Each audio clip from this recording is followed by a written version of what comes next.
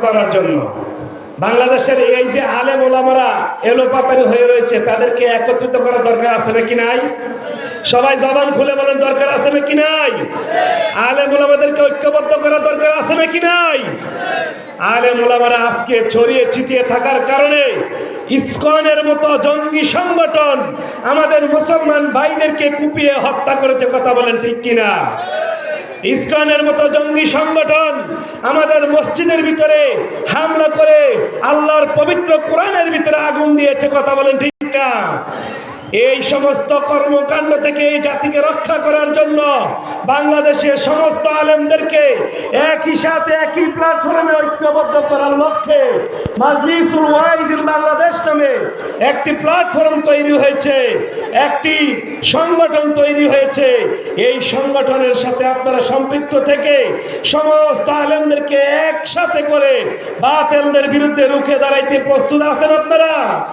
নারে তাকবীর, নারে রিসালাত, মাজলিসুল ওয়াহিদুল বাংলাদেশ।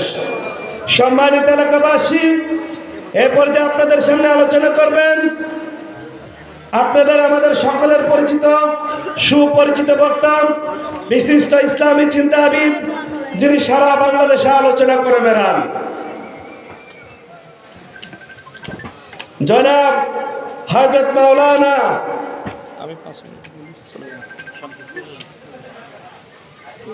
সৈয়দ তানভীর সিদ্দিকী সাহেব, যিনি নোয়াখালী লক্ষ্মীপুর শাহ আব্দুল্লাহ দরবার শরীফের মদিনী পীর সাহেব, তিনি এখন আপনাদের সামনে মুক্তাসার কথা বলবেন। সংক্ষিপ্ত 5 মিনিটে উনি কথা শেষ করে দিবেন।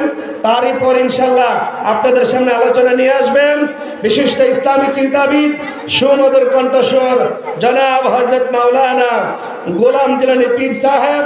আপনাদের সকলের হৃদয়ের লোক, আমাদের হৃদয়ের লোক, অত্যন্ত আস্থাভাজন, যিনি দীপ্ত কণ্ঠে বাতিলদের বিরুদ্ধে সারা বাংলাদেশে দিন প্রচারের স্বার্থে দাঈ আল্লাহর কাজ করে যাচ্ছেন। আল্লাহ তাআলা তাদের হায়াতের মাঝে বরকত দান করুক, সবাই বলি আমিন। এই পর্যায়ে আপনাদের সামনে সংক্ষিপ্ত কথা বলবেন জনাব হযরত মাওলানা সৈয়দ তানভীর সিদ্দিকী পীর সাহেব, শাহ আব্দুল্লাহ দরবার শরীফ।